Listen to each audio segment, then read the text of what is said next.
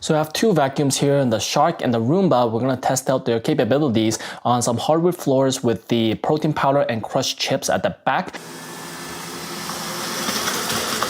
Look at that, very good. So as you can see, the Roomba did an amazing job. Even in the cracks right here, there's really nothing inside the cracks, which a lot of the protein powders that I really would get in here. Last time I tested the Roomba, I had a little bit of in the crack, but this time it completely sucked it up. So maybe it's just down to the level of suction. It can really seal with the hardwood floors in certain areas. But with the chips, basically got everything as well here too. So now we're gonna see how the Shark does. There it goes, as you can see. Very good. So as you can see, it did pretty well. I think these are the track marks. So this is the overall where the actual suction is. This is more for just dragging along the kind of pedals with its wheels. But in terms of the suction here, as you can see, the nooks and crannies, there is a little bit in here, but not too much. It is basically almost the same amount as the Roomba did leave in the cracks. But obviously overall the surface, there's basically nothing here. In terms of the chips up here too, it got most, if not every single chip in its path. So I would say these are about equal right now in terms of hardwood floor cleaning. It's up, and as you can see, it got most, if not all, the protein powder. It still has a little bit left, as you can see right in the middle right here, but most of it did get cleaned up. In terms of the chips too, every single one of the chips got cleaned up basically. There are some at the very edge right there it didn't quite get, but in terms of what I would expect of both vacuums, this is definitely above average. So we'll see how the Shark does. It's coming in at that angle, doing the 2-pass. As you can see, it did a decent enough job. Same with the chips as well. It's getting quite a bit of them.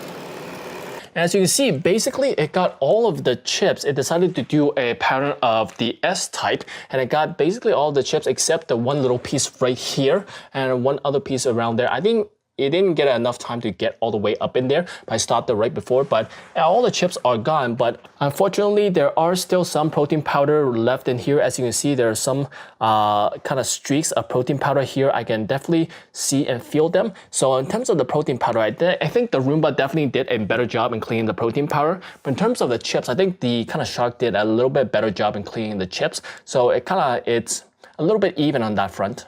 Next, we will do the noise and detection test, the noise of the vacuum, and also how well it detects the walls and objects around it. That's about how loud it is from like maybe 1 feet. It didn't hit the wall.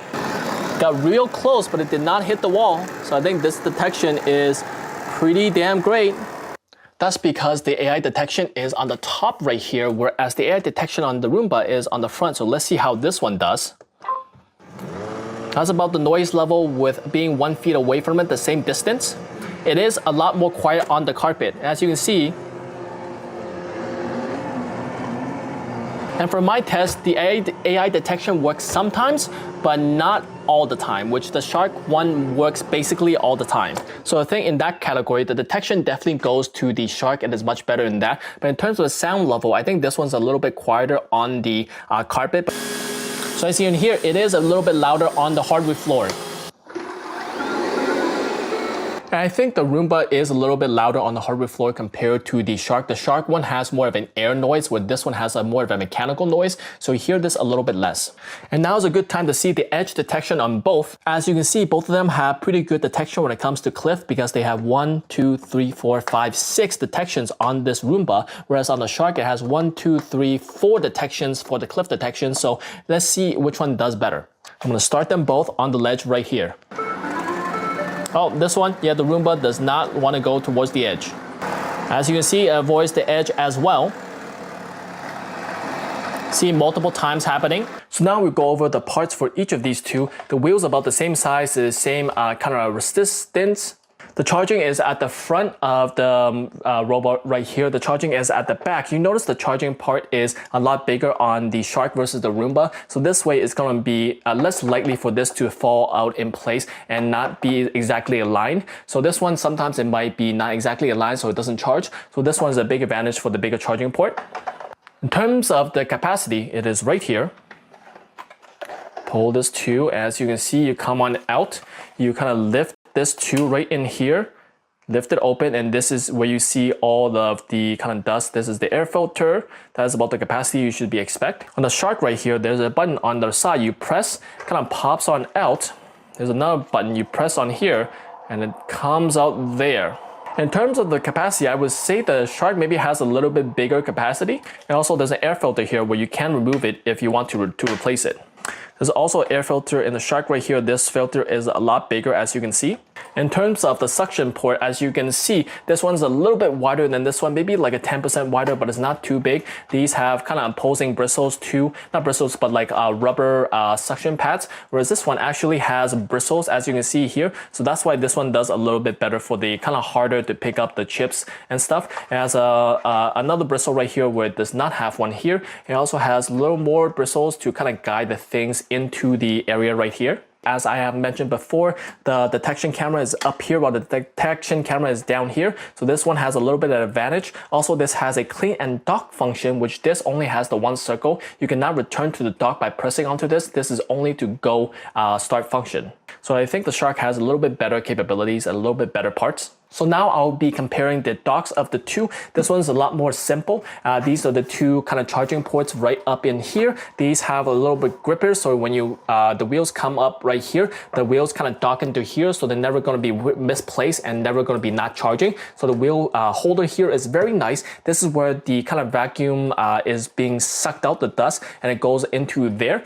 As you can see from the side profile, it is slightly angled, so that when the vacuum comes all the way up, it's going to be angled a little bit more this way. So what that does is going to allow the dust to fall towards the back of the vacuum, which allows this to suck it up better. Whereas for this vacuum, this is the two charging ports. It doesn't have a ramp right here, but because this thing gets sucked out right here, it doesn't really need the vacuum to be elevated in certain angles. It just backs on up here. This one, I do really like this because it creates a little bit better seal for the thing to be sucked out. I find that the emptying is a little bit better on here versus on this one.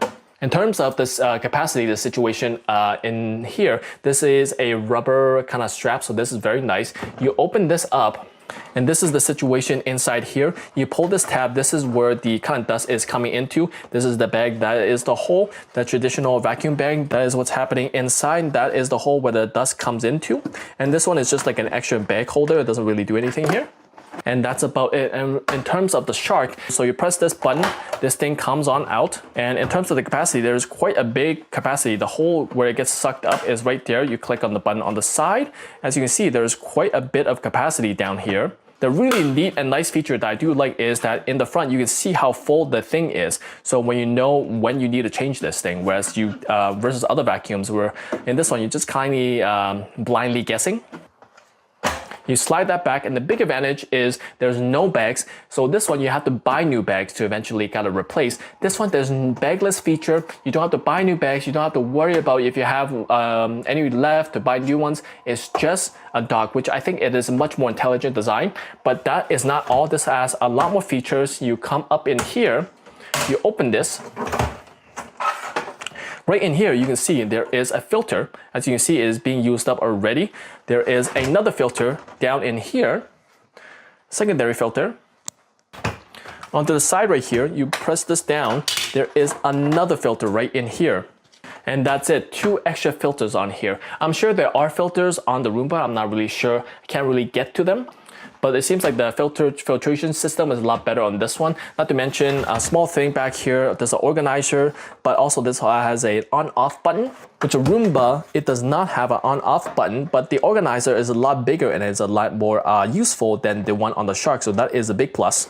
So now I'm going to show off the kind of noise level it makes when it's emptying the vacuum and also how well it empties the vacuum. So that's about the noise level you should expect. We're seeing the dust kind of empty through here. It takes around maybe like 20 seconds. Okay, I'm gonna open this up to see how well it cleaned up.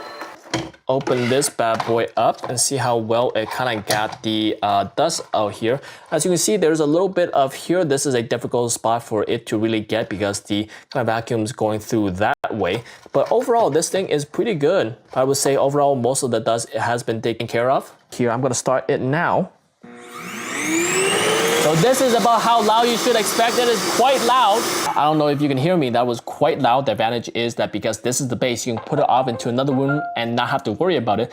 But I gotta say, it has probably doubled the noise level of the Shark. But the advantage is because it is loud, it is more powerful, so it is half the time as the Shark. The Shark took maybe around 20 seconds, this took around maybe 10 seconds. And as you can see, there is still quite a bit of dust in here, quite a bit of protein powder from the last experiment we did. But because I think the bin was basically all the way caked up, all the way back up here, this thing was super full. So maybe that's why I didn't get everything out of here. It was just so caked up, it was hard to get everything out in that amount of time. So maybe if it sucked up a little bit longer, it would get everything out. But I gotta give the point to the Shark. The Shark got a much better clean out of the dock, and also it was quieter. Even though it took longer, when you're at the base, you don't really care about that. So I gotta give the point to the Shark. It did beat out the Roomba in terms of the suction, in terms of the cleaning of the dock.